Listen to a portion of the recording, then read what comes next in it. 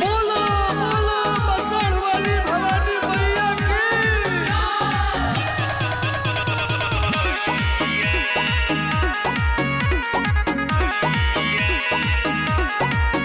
गाँव के पुरबोरिया में ठाकुर बारी हो, जरूर लगल बा फुलवारी हो।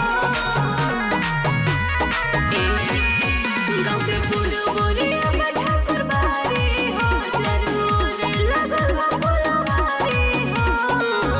दर्शन कर जात बड़े बहिनिया भैया, पचमोरिया पारी हो भवानी मोरी मोरिया, पचमोरिया पारी हो भवानी मोरी मोरिया।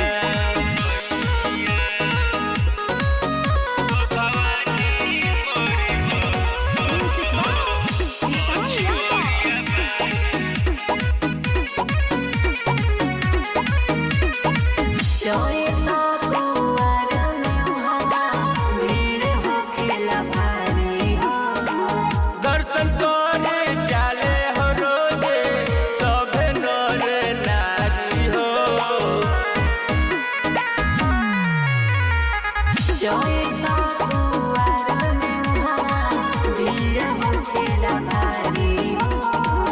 दर्शन करे चाले हो रोजे सभे नर नारी हो।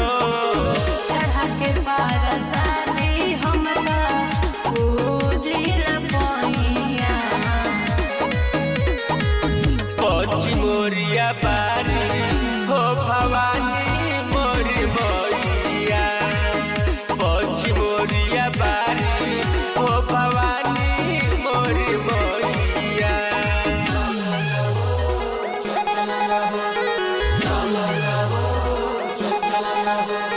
बोलो बोलो बसड़ वाली भवानी मैया की।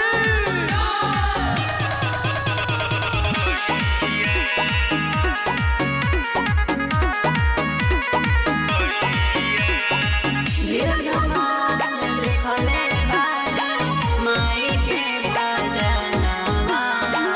गावतारे भरत नच हो लाई के ध्यानवा।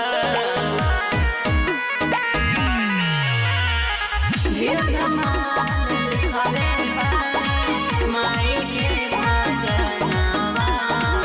गावतारे भरत नच हो लाई के ध्यानवा। उनो कैसे चलाता सारह के नैया, पचमोरिया पारी हो भवानी